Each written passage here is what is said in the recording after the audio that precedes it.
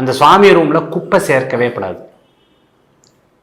எடுத்த புஷ்பத்தை க்ளீன் பண்ணி ஃபுல்லாக எடுத்துட்டு அதுக்கப்புறம் தான் புதிய புஷ்பம் போடணும். தீர்த்தம் தெளித்து புதிய புஷ்பமாக போடணும். புஷ்பத்துக்கு மேலே புஷ்பம் போடவே கூடாது. சில பேர் எடுக்கிறதுக்கு சோம்பேறித்தனப்பட்டு வாரத்துக்கு ஒரு எப்படி க்ளீன் பண்ண தான் போகிறேன் அதனால் மேலே போட்டுக்கிறேன், அப்படி பண்ணக்கூடாது. வாடின புஷ்பத்தை சாமிக்கு இருக்கக்கூடாது, அதோட பூஜை பண்ணக்கூடாது. வெறும் தரையில் உட்காந்து பூஜை பண்ணக்கூடாது. ஏதானும் ஒரு பலகை இதை வச்சு வைக்கணும். சில பேர் பேப்பர் போட்டு உட்காருவா, அது பண்ணவே கூடாது. பேப்பர் போட்டு உட்காந்து பூஜை பண்ணுறது அவ்வளோ உச்சிதம் கிடையாது. இப்படி இந்த சுவாமி ரூமில் இத்தனை விஷயத்தை கடைப்பிடிக்கணும். சில பேர் இந்த விளக்கில் பார்த்தீங்கன்னா பாசம், அதாவது பச்சையாக பிடிச்சிருக்கும், அது மேலே தீபம் ஏற்றின்னு இருப்பா. அப்படி பண்ணக்கூடாது. டெய்லி முடிஞ்ச திரி எண்ணெயை மாற்றுறது நல்லது.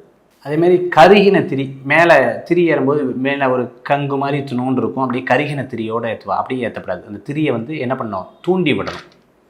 அப்படி தான் ஏற்றணும்.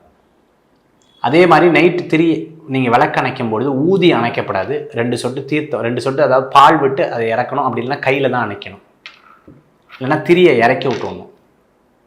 இப்படி பூஜை புனஸ்கரணங்களை யார் ஒருத்தர் ஸ்ரத்தையாக பண்ணுறாலோ அதே போன்று என்ன இருக்கணும் என்ன இருக்கப்படாதுங்கிறது தெளிவாக பார்த்துட்டோம். அக்ஷதை கண்டிப்பாக இருக்கணும்.